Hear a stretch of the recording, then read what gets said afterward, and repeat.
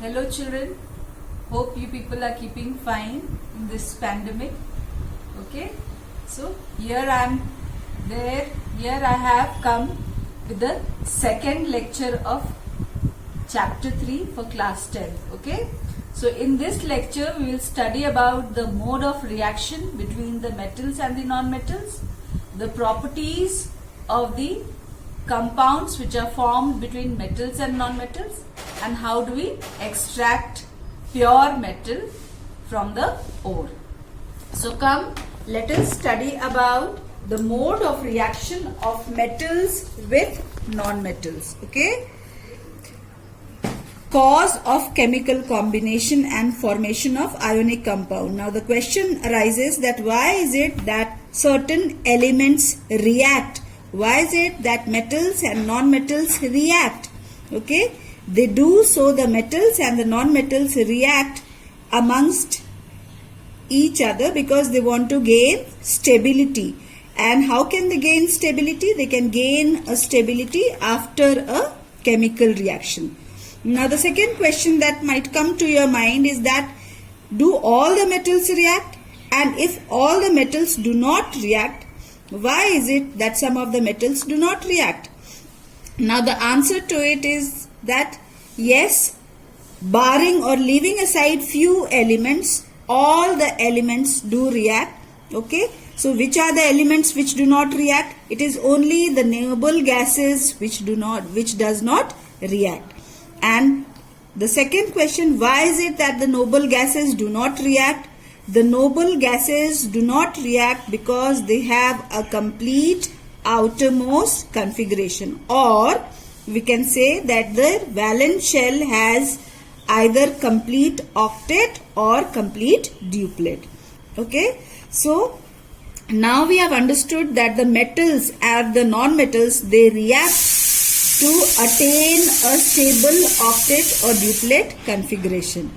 The metals have 1, 2 or 3 valence electrons, whereas the non-metals have 4, 5, 6 or 7 valence electrons. So now we have seen that metals have 1 to 3 valence electrons, and in order to acquire the octet, it would be energetically more favorable to lose 1, 2 or 3 valence electrons than to gain 5, 6, 7 valence electrons. Okay, gaining of electrons by the metals will require more energy. Now in case of non-metals, because the non-metals have 4 to 7 valence electrons, so for them losing the electrons would be very difficult and would require a lot of energy. So for them it would be easier to gain few electrons, gain 1, 2 or 3 valence electrons, or share some electrons in order to acquire the octet. So thus we can see that metals and non-metals complete their octet by either transfer, that means donating and accepting electrons, or by sharing of electrons. Remember, when a metal and a non-metal reacts, the transfer of electrons takes place, but when a non-metal reacts with another non-metal, sharing of electrons takes place. And whenever there is the sharing or transfer of electron, a bond is formed. So what is a chemical bond? Let us just define a chemical bond. A chemical bond is an attractive force which holds the atoms together. Okay, so this force which holds the atoms together in a compound or a molecule is known as a chemical bond. Now there are two modes of chemical combination, but in this chapter we shall study about only one mode of chemical combination. The first mode, that is the chemical combination taking place by the transfer of electrons from the metals to the non-metal. Now a chemical bond which is formed by transfer of electrons is known as ionic or electrovalent bond. Fine. The term ionic bond or electrovalent, ionic bond and electrovalent bond, they are the same, one and the same chemical bond which is holding the metal and non-metal atom, metallic and non-metallic atoms together in a molecule. Now let us move ahead and see how does this take place. And this we can understand with the help of a electron dot representation or Lewis dot symbol. Here, as you can see, for the formation of NaCl, sodium atom has the atomic number 11, 281 is the electronic configuration, whereas chlorine has the atomic number 17 and configuration as 287. So sodium has one valence electron, and as you know, only valence electrons participate in a chemical reaction. Why? Because they are lying in the outermost part of the atom. Okay, so the inner electrons, they do not participate in a chemical reaction. So sodium has one valence electron, whereas chlorine has 7 valence electrons. Sodium can easily lose this one valence electron to form a sodium ion, whereas chlorine has gained an electron and it has formed a chloride anion. Okay, now when this happens, as you can see, the configuration of sodium becomes 2 and 8, while that of chloride anion is 2, 8, 8, and both of them have complete octet. As a result, NaCl is formed, and as you can see over here, this bond, the ionic bond, is actually one which holds the two different ions together. So why is it called ionic bond? It is called ionic bond because it is holding the ions together, and since this bond is an electrostatic force of attraction, so the name comes electrovalent bond. Okay, the same thing can be represented here also. It can be represented in a different way. As you can see, Na is forming Na plus by losing an electron. Chlorine atom is forming chloride by gaining an electron, and as a result it forms NaCl, sodium chloride. Okay.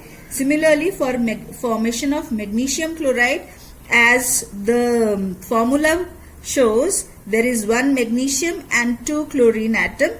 Okay, so here you can see the configuration of magnesium is 2, 8 and 2.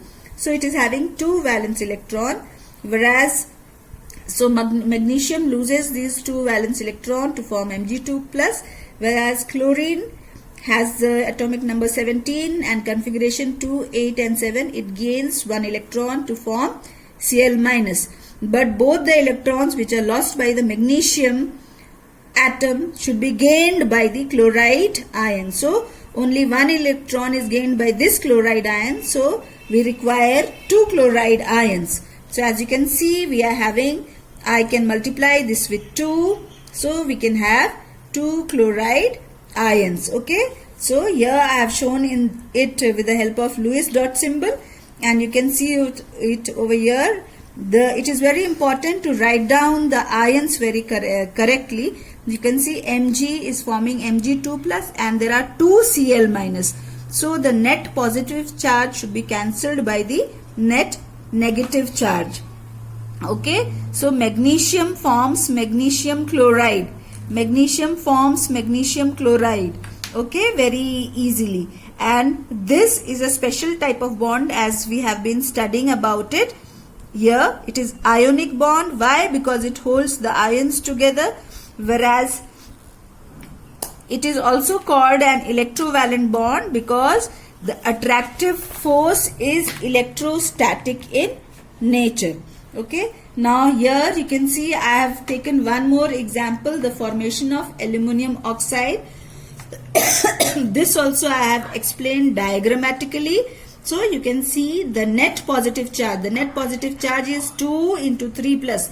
That means 6 positive charges is being cancelled by 3 into 2 minus. 6 negative charges, and thus the formation of alumina or Al2O3 takes place. Now what are the properties of ionic compounds? Ionic compounds have certain special properties, like physical state is they are always hard crystalline solids. Why are they hard crystalline solids? Because they are held together by a they are made up of ions which are held together by a strong attractive force. Okay, and this strong attractive force gives a fixed regular pattern of arrangement of ionic crystals, and this is known as crystal lattice. The 3-dimensional regular arrangement of ions is known as crystal lattice. Now moving on to solubility, the ionic compounds or ionic crystals are water soluble. Okay, they are soluble in water. Why? Because water is also made up of ions. It is polar in nature. That means it is made up of H plus and OH minus. Okay, and as a result, you can see it has a partially charged ends, like oxygen is having a small negative charge, delta minus, and hydrogen is having delta plus charges. Okay, and there is a saying, like dissolves like. Okay, so this goes on very well with ionic compounds. Ionic compounds are made up of ions, so they are soluble in solvent which already has ions. They are insoluble in non-polar solvents like carbon disulfide and benzene, petrol, etc. The ionic compounds have a very high melting and boiling points. Why? The same reason, because the ions are held together by strong electrostatic force of attraction. Coming to the electrical conductivity, remember solid ionic compounds do not conduct electric current. Why? Because their ions are fixed. Okay, this in solid ionic compound, the ions are held by strong force of attraction, so they cannot move to their respective terminals. Is that clear? It is very important that you should make a note that ions should be free and mobile to move to their respective oppositely charged terminals. Only then they can conduct electricity. So solid ionic compounds do not conduct electricity, but in aqueous state they become good conductors. Okay, so crystalline ionic solids do not contains ions which are not free to move to their respective terminals, so they don't conduct electricity. But when dissolved in water, the ions become free to conduct electricity, not ions, to conduct electricity. As a result, they start conducting electricity. Similarly, in molten state, suppose we heat the NaCl crystal till it melts. Once it melts, the ions become free and they start conducting electricity. Is that okay? They start conducting electric current. Fine, there are certain mistakes that I think I have made in writing. So let me just make a change. Now the last point, the ionic compounds undergo very fast ionic reactions. Here you can see this ion, this is an example of ionic reactions. Sodium sulfate and barium chloride, these are ionic compounds. When they are mixed together, they very fast they can react and they form a white precipitate of barium sulfate and sodium chloride. Okay, why? Because they are oppositely charged and they attract each other very fast. So ionic reactions are as usual very fast. Some of the metals are very reactive, so they occur in the combined state, whereas the metals which are less reactive, they occur in the free or the native state. Okay, so metals like silver, gold and platinum, they occur free in the free state in nature.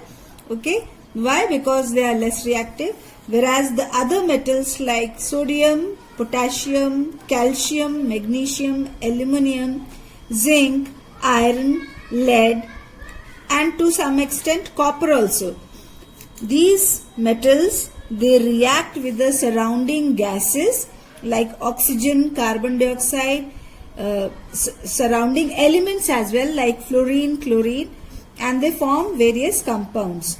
So now when you take a look at the reactivity series, you'll see there are 3 to 4 category of metals. First, the highly reactive metals like this, it starts from potassium to aluminum.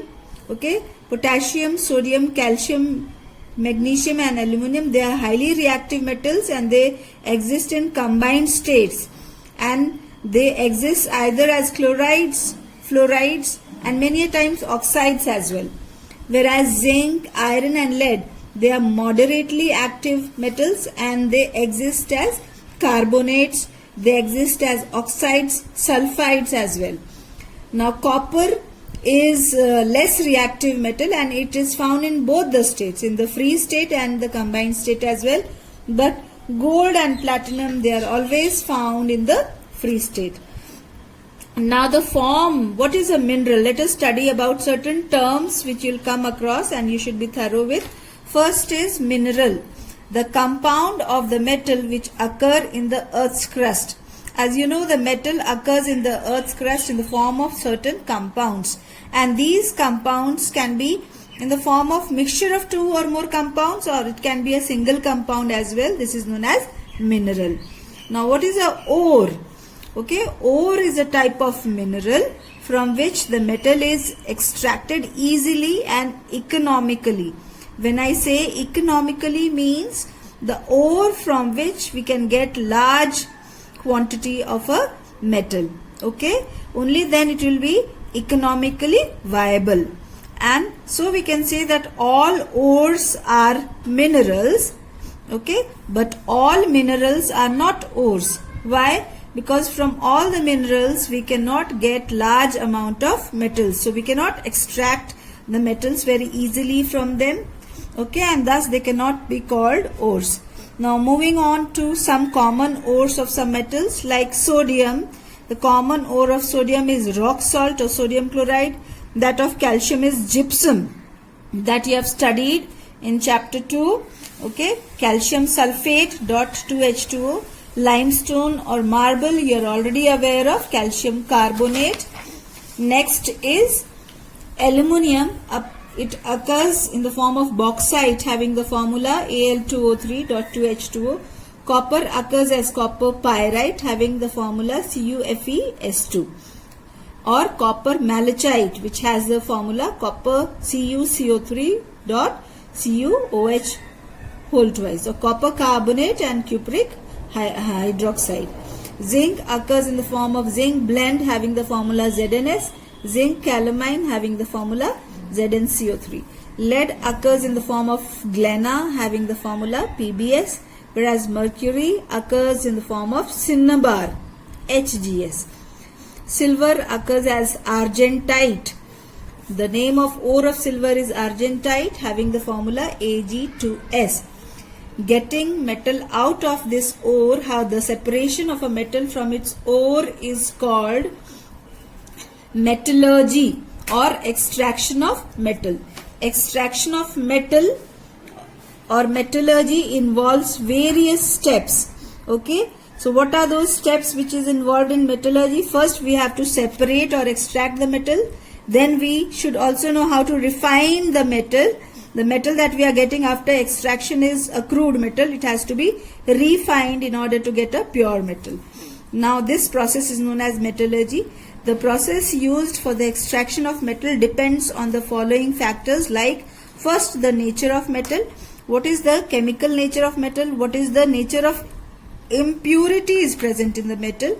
Okay, and these impurities are known as gangue, Gangue. Okay, the nature of metal which is to be extracted. What is the chemical nature of metal which we are going to extract? Now let us start with the various steps of metallurgy. First step of metallurgy is concentration of ore. In concentration of ore, what do? We remove the impurities or the earthy matter which is of no use to us, and we try to get a concentrated mineral, concentrated compound of that metal. Second is conversion of ore to metal. Once we get the compound of metal, we have to convert that compound to the crude metal, and this can be done by three processes. First, electrolysis of molten metals. This can be used only for highly reactive metals like potassium, sodium, calcium, magnesium and aluminium also to far extent. Okay, so this electrolysis method is used only for these reactive metals. Now moving on to conversion of metal to metal carbonates and sulfides. Okay, there are certain ores which exist as metal carbonates, like if you remember, it is zinc carbonate or calamine, and we also have the ores of zinc in the form of ZnS or zinc blende. So these carbonates and sulfides are to be converted into metal oxides. Okay, and this can be done by calcination or roasting. So as you can see, this method is used for metals which are of moderate reactivity. Like For example, this is used for zinc, this is used for lead, this is also used for, we can say, to some extent, copper. These are the three metals. This is to some extent it is used for lead, zinc, lead and copper. Now once we have converted these metal carbonates and these sulfides into metal oxides, we can move to the next step. Now there are certain metals which occur as sulfides, for example HGS or cinnabar, and they belong to a low reactivity category. So these can be roasted or these can be heated very strongly in the presence of air so that they decompose and they form metal oxides or metal. And the third step of metallurgy is refining of metal. Here what do? We convert the metal, crude metal, into 99.9% pure metal. Now moving, we will be studying about each category in details. First is the enrichment or concentration of ore. The concentration of, in this process, what do? We remove the unwanted earthy, sandy and rocky material which is in the form of impurity, as I referred and I had referred or used the term GANG, gang, for them. Okay, these unwanted sandy and rocky impurities or gang are removed here, and in order to remove this, physical properties are used. So we will be studying about some of these methods. Okay, first one is hydraulic washing. Hydraulic washing means washing the impurities away with the help of water, and it is used for usually oxide ores. Fine. And what is the principle of this hydraulic washing? It is based on the difference in densities of the ore and the gangue.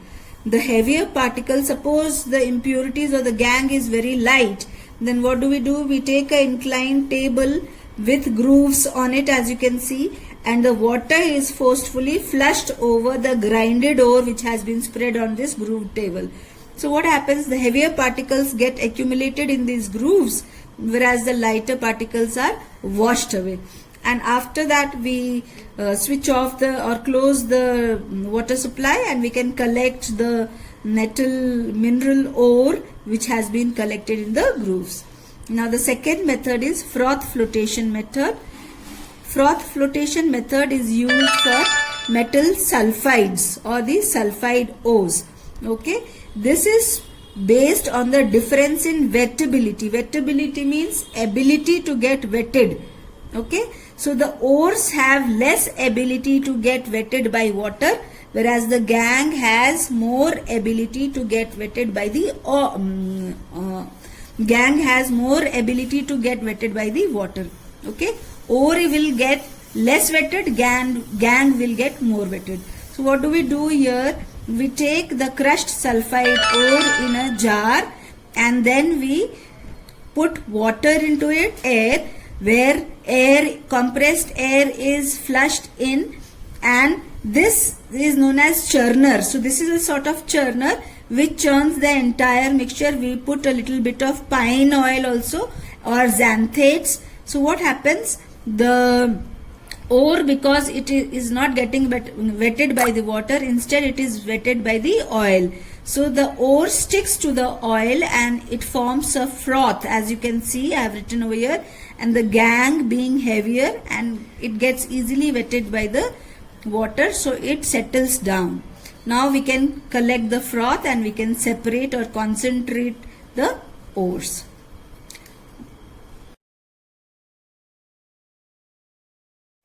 The third category of concentration of ore is electromagnetic separation. This method is used for the ore where either the ore or the gangue is magnetic. That means one of these two has to be magnetic in nature or should be attracted by the magnet. This is often used for the iron ores. Iron ores are usually magnetic in nature, and as you can see I have drawn the diagram of a roller over here. Okay, here you can see there are two rollers, and this roller has a conveyor belt on it. Here the first one is a non-magnetic roller, the second one is a electromagnetic roller, and on the conveyor belt there is a provision of laying the powdered ore through a setup. As you can see, the powdered ore is spreaded on the conveyor belt, and as the conveyor belt moves in this direction, the entire ore moves over the electromagnetic roller. So electromagnetic roller, being magnetic in nature, it attracts the ore, which is magnetic over here, is magnetic in nature, and as a result the magnetic ore moves to a larger distance and it gets separated from the non-magnetic gangue. You can see this is a non-magnetic gangue. Okay, this is non-magnetic in nature, non-magnetic, G-A-N-G-U-E, gangue or impurity. Okay, so this is how we can separate the non-magnetic gangue from the magnetic ore. Okay, and this is often used for the iron ores. Now the fourth method for the concentration of ore is chemical method or the leaching method. In this, what do? We first let us see what is it used for. It is used for aluminium ore, for separation of the concentration of the alumina from bauxite. Okay, the ore of aluminium is bauxite. So whenever we want to remove the gangue from bauxite, what is done? A chemical is used as a solvent for dissolving the ore in it. Okay, so when for example NaOH is one of those solvents which can be used for dissolving. As you know, Al2O3 is an amphoteric metal, so it reacts, or it is soluble in NaOH and it forms sodium aluminate, whereas the gangue or the impurity which is present over there, earthly impurity, is what is insoluble in the NaOH and is left behind. And so the soluble NaOH or sodium meta-aluminate is then filtered and separated from the gangue. So till now we have studied about the concentration of ores. Okay, how we can concentrate the quantity of ore and we can separate out the gangue. Now let us study about the extraction of metal from the concentrated ore.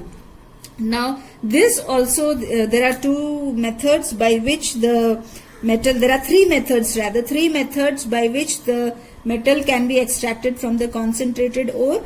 We will study about them one by one. First is, let us study about the metals of low reactivity. How do we extract the metals of low reactivity like copper and mercury?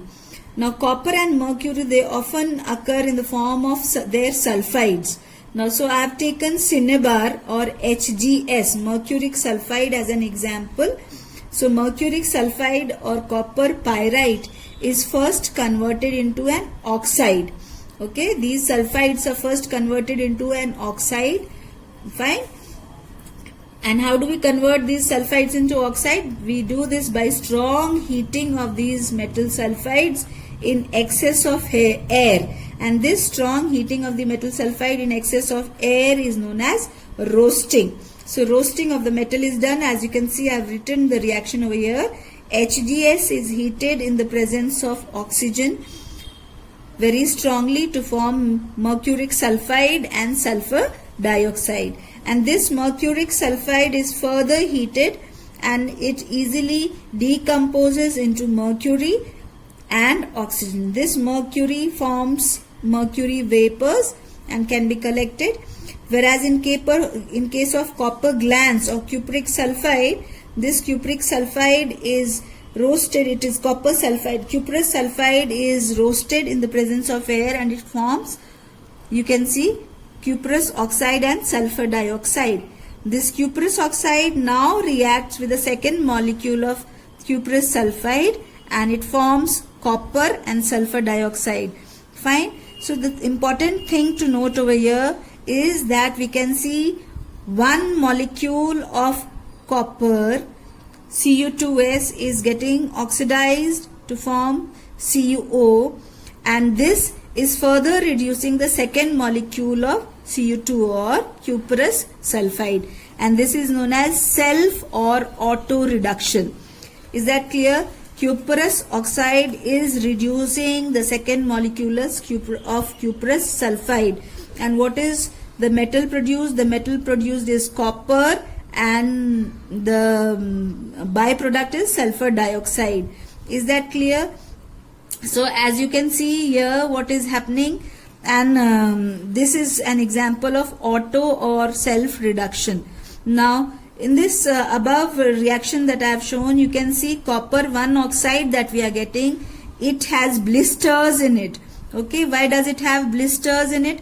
Because sulfur dioxide gas, it is a gas, it moves out of the molten metal in the form of bubbles. Okay, and when this molten metal cools down, it gets an appearance of blisters. Why blisters? Because sulfur dioxide has just has moved out of the molten metal, and that is why it is called blistered copper. Now moving on to the second category, extraction of metals of moderate reactivity. For example, zinc and iron.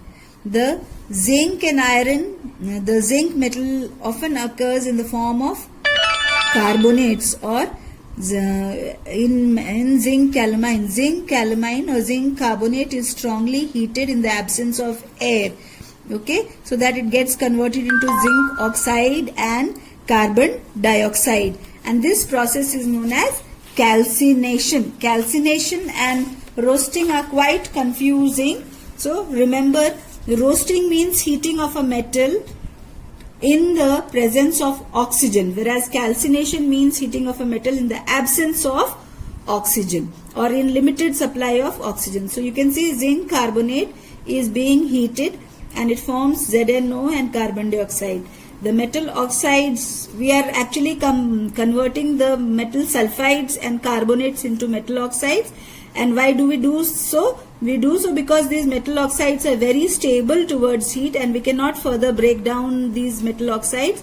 So these metal oxides are now reduced with the help of some other strong reducing agent like coke. These metal oxides have metals, usually the reactive metals have a very high affinity for oxygen. So it cannot be decomposed by heat. It has to be reduced with coke. Now reduction process, I have written down the reactions for reduction process. You can see zinc oxide can be reduced with coke and it forms zinc and carbon monoxide. This carbon monoxide is again being reduced by second molecule of zinc oxide and it is getting converted into carbon dioxide. We are getting crude metal zinc over here. Similarly, we can also reduce iron oxide, ferric oxide with coke and we can convert it to iron and carbon dioxide. So based on this reduction process, reduction of a metal oxide can also be done by a more reactive metal. So this one of such examples is aluminothermite reaction. In aluminothermite reaction, we take ferric oxide and it is reduced with the help of aluminium. Aluminium, the more reactive metal. When both of them are heated strongly, it is noticed that the aluminium displaces iron and it forms Al2O3 and molten iron is obtained. Okay, and this is a highly exothermic reaction. This molten iron is used for the repair of railway lines. So this is aluminothermite process, or aluminothermy is the name of the reaction, and this reaction is used for the repair of the railway lines. The third category of extraction of metals from from their ores or concentrated ores. Third category is that of metals of high reactivity like sodium, potassium, calcium, magnesium and aluminium. These metals usually appear as chlorides or oxides, and these chlorides and oxides are very, very stable, so they cannot be reduced by coke. Stable means they have a high affinity for oxygen and so they cannot decompose even at very high temperatures. So these have to be extracted by electrolysis process. Electrolysis of fused or molten salts is done. As you can see, sodium chloride solid is heated to the extent that it gets converted into the liquid Na plus and Cl minus ions, and then electricity is passed through this. So when we pass electricity, these molten ions, they move to the oppositely charged electrodes, and as you can see, at the cathode, sodium picks up 2 electrons and it is reduced to sodium metal, whereas at the anode, the chloride ions go to the anode and they give away their 2 extra electrons, okay, and the chloride ions form chlorine gas. So metals are discharged at the cathode and the non-metals are discharged at the anode. Remember this. Now, how do we refine the impure metals or the crude metal that we have obtained? This is the last step of metallurgy. Purification or refining of the impure metal. This is done by electrolytic refining method. Okay. Here what do? You can see there is a trough or a jar, glass jar, which has a setup. It has the electrolyte. Electrolyte is nothing else but the acidified. I have taken the example of copper metal, crude purification of crude copper metal. So the electrolyte is a copper sulfate solution. It has to be acidified. Why? Because adding acid increases the electrolytic conduction. Okay, the electrolytic conduction increases by adding the acid. So we have to take the metal salt over here. We have to take a thin pure copper cathode over here, or a pure metal cathode should be taken over here. An impure metal anode is taken, or the crude metal anode is taken. This metal anode is very thick, as you can see. Okay, and this is connected to the terminals of the battery, and when it is switched on, it is noticed that slowly the anode loses weight. So how does it lose weight? The anode starts dissolving into the electrolyte and it gets converted into Cu2 plus and it gives away the 2 electron. So the anode becomes thin after some time, but the cathode gains weight. These 2 electrons which were discharged at the anode are picked up by the copper Cu2 plus ions of the electrolyte, and if one ion is moving, if one metal is moving in the form of Cu2 plus into the electrolyte,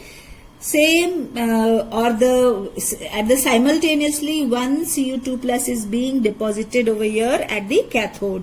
Okay, so you can see over here, thus the cathode becomes thick and gains weight. The less reactive metals do not get oxidized,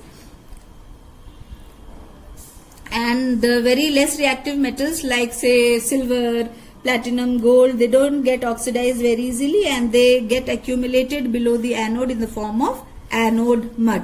Now what is an electrolyte? Electrolyte is a solution which conducts electric current with the help of ions. The next, after we have studied about the metallurgy, let us study about corrosion. You have already studied about corrosion. I'll move very fast. Corrosion is slow eating of metals due to the action of atmospheric gases, which leads to the formation of metal oxides, carbonates and sulfides.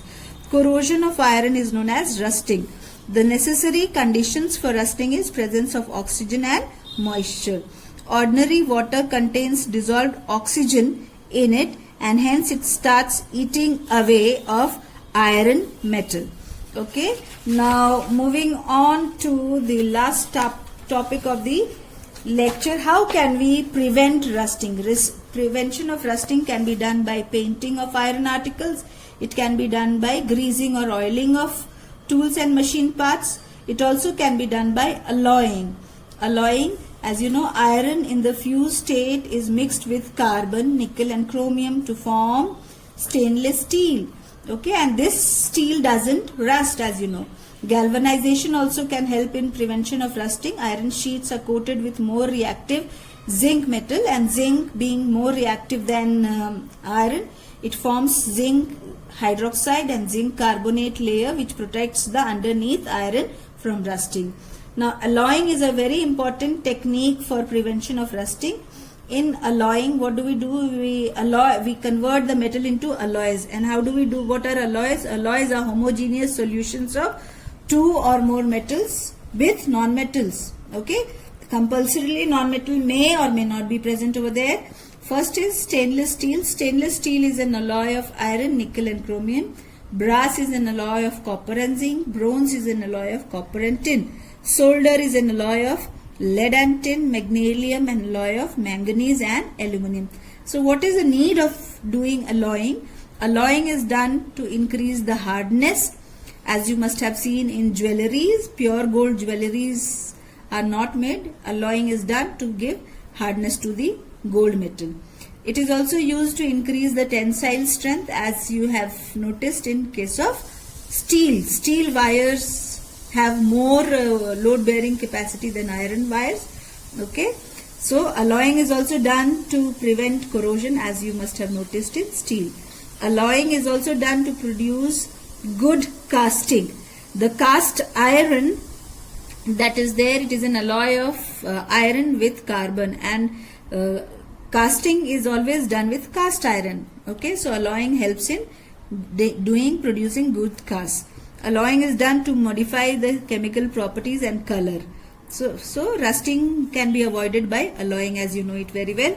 The alloying is also done to lower the melting points. The example is you can see in soldering. When we do melting of lead is very difficult, but when we mix tin with it, it melts at a lower temperature.